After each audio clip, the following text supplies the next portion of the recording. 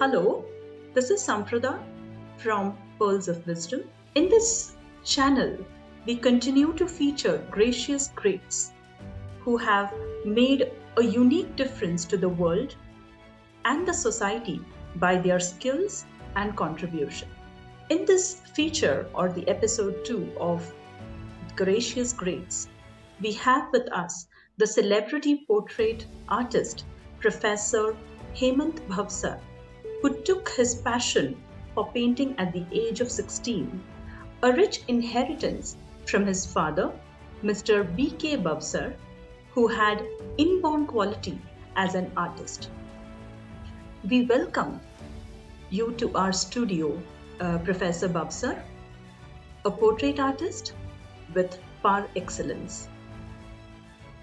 Hemant believes art is a temple which he worships since his formative years, and his legacy has carved a niche in the global arena with able support from his siblings Mehul and Hiren. He is also a poet and composed a number of them, which has received awards and recognitions. Hemant's brush is so versatile and colorful that it has drawn applause across the globe. He has done paintings of great personalities. To mention a few are our dear PM, Mr. Narendra Modi ji, and his mother, Mr. Ratan Tata, Mr. Klaus Schwab, the chairman of World Economic Forum, Switzerland, Prince Frederick, Crown Prince Denmark, and scores of them. He has received a number of accolades and awards for his impeccable artistic skills. He has been bestowed with distinguished fellowship from the New Westminster of Governors, Canada, for his triumphant journey in portrait and many more following recognition and accolades. Namaste and welcome, Hemant ji. We are glad to have you on Gracious Greats. For the sake of the viewers, we would like to have this interview in Hindi, a comfort language for Hemant ji. Hemant ji, namaskar, कैसे हैं आप? Fine. ये portrait painting का जो art है, आपको कब से शुरू हुआ और कैसे ये आपके इनहेरिटेंस में आया कि आप इसको एक पैशन, आपके इस पैशन को आपने जो प्रोफेशन बनाया, बहुत ही दुर्लभ है आजकल के लोगों में, ये ट्रेंड देखा नहीं जाता है। संप्रदा जी, आपने बहुत अच्छा क्वेश्चन पूछा। एक्चुअली पोर्ट्रेट आर्टिस्ट बनने के पीछे एक बहुत ही इंटरेस्टिंग स्टोरी है। जब मैं पढ़ता था स्कूल में, तब ड्राइंग में इतना इंटरेस्ट नहीं था मुझे, लेकिन क्या कभी-कभी फादर का जो स्टूडियो था, वहाँ पर वो काम कर रहे थे, तो उनके वहाँ कभी कुछ काम से आना-जाना लगा रहता था। फिर स्कूल खत्म होने के बाद कैसे आर्ट में इंटरेस्ट जागा और कैसे काम शुरू किया उनके साथ। और सच बताऊं, हमारी फैमिली के ऊपर माँ सरस्वती की बहुत ही कृपा रही और ऐसे काम देखते देखते काम सीख गया। नहीं मैंने कोई आर्ट कॉलेज में इसका कोई शिक्षा लिया है, लेकिन मेरे फादर ही मेरे लिए गुरु, वही एक इंस्टीट्यूट थे। वो इतने अच्छे आर्टिस्ट थे और उन्होंने मतलब उनके साथ रह के, उनके साथ उनका काम देख के ही ये काम प्रैक्टिस से और मेहनत से मुझ में भी आया। वाह! बहुत अच्छी बात है कि आपने ये पारंपरिक है आपके यहाँ पे, मतलब आर्टिस्ट ये पापा के यहाँ से शुरू हुई है, पापा की यस, शुरुआत यस, की एट गई द है। Age of 16। Yes, yes. तो आप 16 इयर्स से आप, मतलब आपकी उम्र जब 16 थी तब से आप पोर्ट्रेट पेंटिंग ही कर रहे हैं? नहीं, पहले मतलब फादर जो काम कर रहे थे, वो पोर्ट्रेट के साथ-साथ उनका मेन काम था मूवीज़ के होर्डिंग्स बनाना। बड़े-बड़े होर्डिंग्स जो पहले हैंड पेंटेड रहते थे, वो काम करते थे। तो वो भी मैंने बहुत किया, लेकिन ये पोर्ट्रेट आर्ट आर्ट का काम जो है वो साथ में अभी इस ज़माने में, अभी इस दौर में टेक्निकल ये जो सब डिजिटल फ्लैक्स, विनाइल सब आ गए, तो अभी मैं उसका ज़्यादा ध्यान हमारा पोर्ट्रेट पे ही रहता अच्छा, जो आपने रास्ता चुना है और इसमें आपने बहुत सारे मतलब अवार्ड्स और रिकॉग्निशन आपको मिले हैं। तो मैं ये पूछना चाहती हूँ कि इसके पीछे का राज़ क्या है? क्योंकि बहुत हिम्मत की बात है, एक अनयूजुअल प्रोफ़ेशन को आपने परस्यू करके इतने ऊपर आ गए हैं कि one of the great artists, you are known as one of the greatest artists. So it is very nice to see such a unique profession and still not digital. It's still handmade paintings. तो इसके पीछे का है। राज़ क्या है? आपका बहुत ही धन्यवाद।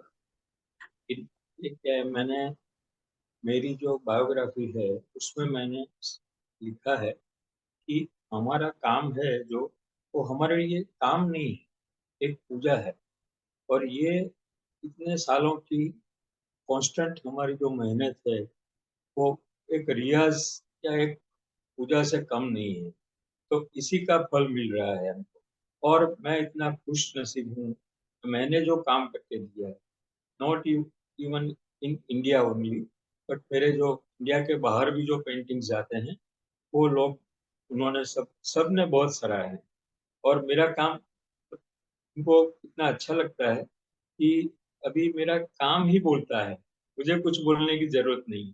बहुत बढ़िया बट कभी तो ऐसे हुआ होगा कि कुछ उतार-चढ़ाव इस तरह के कुछ आपने एक्सपीरियंस किए होंगे?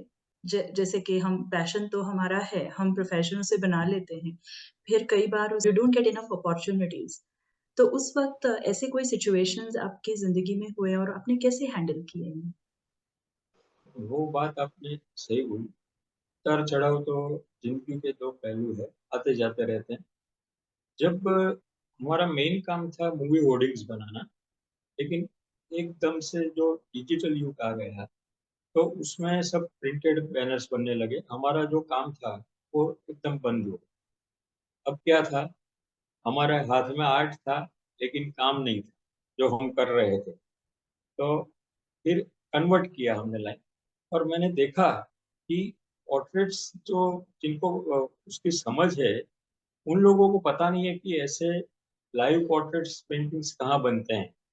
तो हमने, और मेरे जो सन है हिरेन और मेहुल, उन्होंने मुझे बहुत सपोर्ट किया। मतलब जो हमारा काम हमारे स्टेट के में सीमित थे, तो हमारा काम ये नेट के, हमारी वेबसाइट से, और सब हमारा जो पेंटिंग से सब पूरे दुनिया में लोगों ने देखा। और फिर लोगों को पसंद आया, उन्होंने वो सब फोटोग्राफ भेजने लगे, और सब लोगों ने एनकरेज भी किया।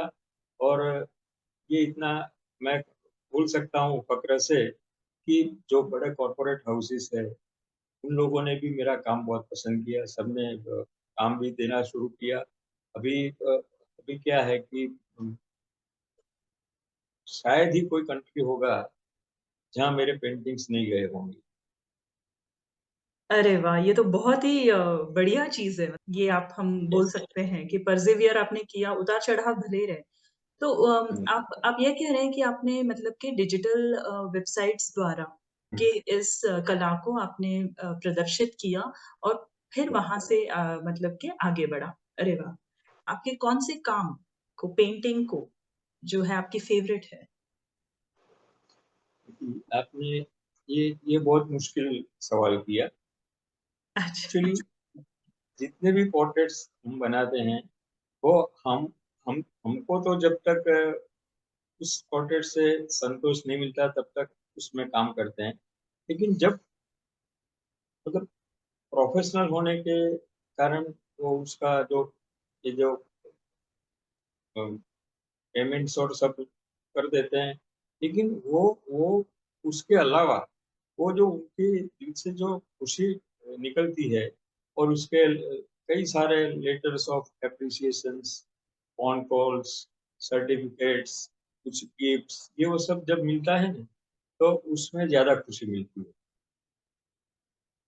तो कोई ऐसे अवार्ड है जो आप बिल्कुल आपके दिल के करीब है, जब आपको लगता है कि बहुत सराहते हैं इसे? तो हमने एक पेंटिंग बनाया था, वो ब्रुनई के क्राउन प्रिंस के लिए। तो उनका जो फोटोग्राफ्स को लिया गया था, उस पे से पेंटिंग हमने बना के उनको भेजा, तो उनको इतना पसंद आया कि उन्होंने एक एक फैमिली के लिए, मतलब लिमिटेड उनके फैमिली मेंबर्स के लिए गोल्डन कोटेड वॉच बनाई थी। तो वो उन्होंने गिफ्ट के तौर पे एक लेटर के साथ भेजा हमको, और साथ में उनके जो पर्सनल, जो उनकी बुक्स रहती है, और वो जो प्रिंस है उनके फादर है, उन्होंने भी बहुत अप्रिसिएशन किया था। वर्ल्ड इकोनॉमिक फोरम के चेयरमैन है मिस्टर क्रॉसकॉट, के वहाँ तो वर्ल्ड में से हर कोई चेयरमैन, सब बड़ी कंपनियों के हर साल आते जाते रहते हैं।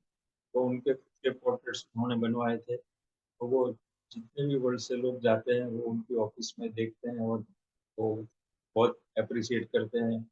वो भी एक खुशी की बात है। और कई चैनल अभी हाल ही में अपने मिस्टर आर के बेहरा जी का पेंटिंग बनाया है, ब्रदर एस के बेहरा जी के साथ। तो उनका भी एक मुझे फ़ोन पे बातचीत हुई, वो भी बहुत संतोष मिला, खुशी मिली। तो ये क्या है कि ये जो जब कोई खुश होता है काम देख के, तो उस उसमें जो खुशी मिलती है, वो बहुत बड़ी है। बिल्कुल सही बोलते हैं। इसको हम आजकल की टर्मिनोलॉजी में कहते हैं जॉब सैटिस्फैक्शन। यस, जो यस। यस, जो इनर हुँ, सैटिस्फैक्शन होती है वो इस खुशी में होती है। हुँ, बिल्कुल सही कहा आपने। मतलब डिजिटल दुनिया में हम एंटर कर चुके हैं। अब ये हुँ। आप अपने नेक्स्ट जनरेशन को कैसे क्या वो कैरी ऑन करने के लिए इंटरेस्टेड हैं? बिल्कुल, बिल्कुल। भी से मेरी खुशनसीबी समझो या ईश्वर का आशीर्वाद समझो, तो अभी मैं जो काम कर रहा हूँ, वैसा ही अच्छा काम मेरे 2 बेटे हैं, हिरेन और मेहुल, वो दोनों कर रहे हैं। हिरेन तो बहुत बड़ा अच्छा पोर्ट्रेट आर्टिस्ट है। मैं उसको आपसे मिलवाता हूँ। नमस्ते जी, हिरेन जी। नमस्ते मैम। नमस्ते। नमस्ते। How would you take it ahead? Because आजकल तो डिजिटाइज़ेशन है, फ़ोटोग्राफ प्रिंट हो रहे हैं, पता नहीं काफ़ी कुछ आईपैड में बन रहे हैं। और आपका क्या आइडिया है कि इस ट्रेडिशन को आप आगे कैसे बढ़ाएँगे? एक्चुअली मैम देखो अभी क्या है कि सब लोग यही सोच रहे हैं कि मैं डॉक्टर बनूँ या इंजीनियर बनूँ, ऐसा कुछ प्रोफ़ेशन कोई आईटी में जाता है। लेकिन ये जो है आर्ट, ये आर्ट तो क्या है हमारे ब्लड में है और हम सोच रहे हैं कि ये जो आर्ट है, ये आर्ट के ज़रिए हम पूरे वर्ल्ड में अपना नाम बनाएँ। क्योंकि ये क्या है कि भगवान की देन है, नहीं मिलती है और ये हमारे ब्लड में है। हमने हमारे फादर को जब पेंटिंग करते हो तो हम बैठते हैं साथ में। वो कौन से कलर मिक्स करते हैं, क्या करते हैं, कैसे बनाते हैं, वो हम देख के सीख लेते हैं और अभी भी सीख रहे हैं।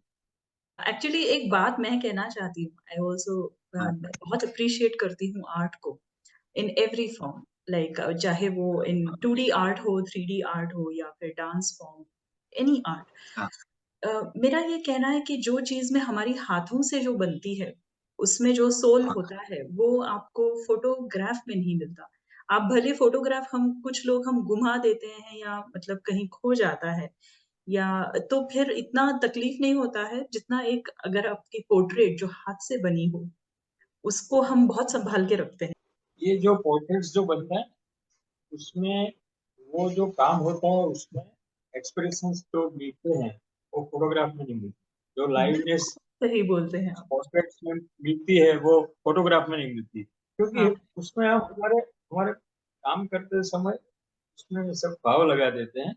तो वो जो ओरिजिनैलिटी, मतलब कभी-कभी तो क्या होता है कि किसी के साथ बहुत पुराने ओल्ड फ़ोटोग्राफ्स या कुछ थोड़े कटे हुए या ब्लैक एंड व्हाइट फ़ोटोग्राफ्स शायद मिले ना मिले, ऐसा कुछ रहता है। लेकिन कुछ रेफ़रेंसेस की उसके ऊपर से हम पोर्ट्रेट पेंटिंग्स बना के देते हैं, जो उनके पास कभी नहीं हो पाते। तो वो उसमें मतलब लाइवनेस रहती है पेंटिंग में। आपकी भी जनरेशन है Hiren ji? You have a next generation also? हाँ, पोते ये भी हैं ये आपके? मेरा मेरा दूसरा सन है, ये मेहुल। अच्छा। नमस्ते। ये मेरा, हाँ, you have done some sort of graduation और ऐसी कोई पढ़ाई वगैरह है क्या आर्ट में? मेरे हिरेन ने ग्रेजुएशन किया है, और मेहुल हमारे बिजनेस में कम्युनिकेशन में उसको थोड़ा प्रॉब्लम है, तो वो कम्युनिकेशन डिपार्टमेंट वो संभालता है। लेकिन अच्छा मेहुल का सन है, मेरा ग्रैंडसन, वो अभी अच्छा 13 ईयर का है, तो वो बहुत ही अच्छे स्केचेस बनवाता है।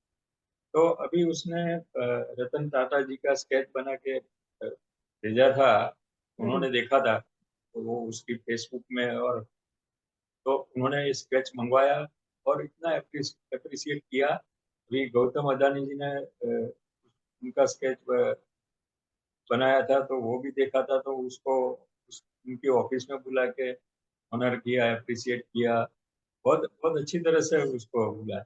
अभी वेरी पीएम मोदी 13 जी का साल का भी ही एक है वो अभी।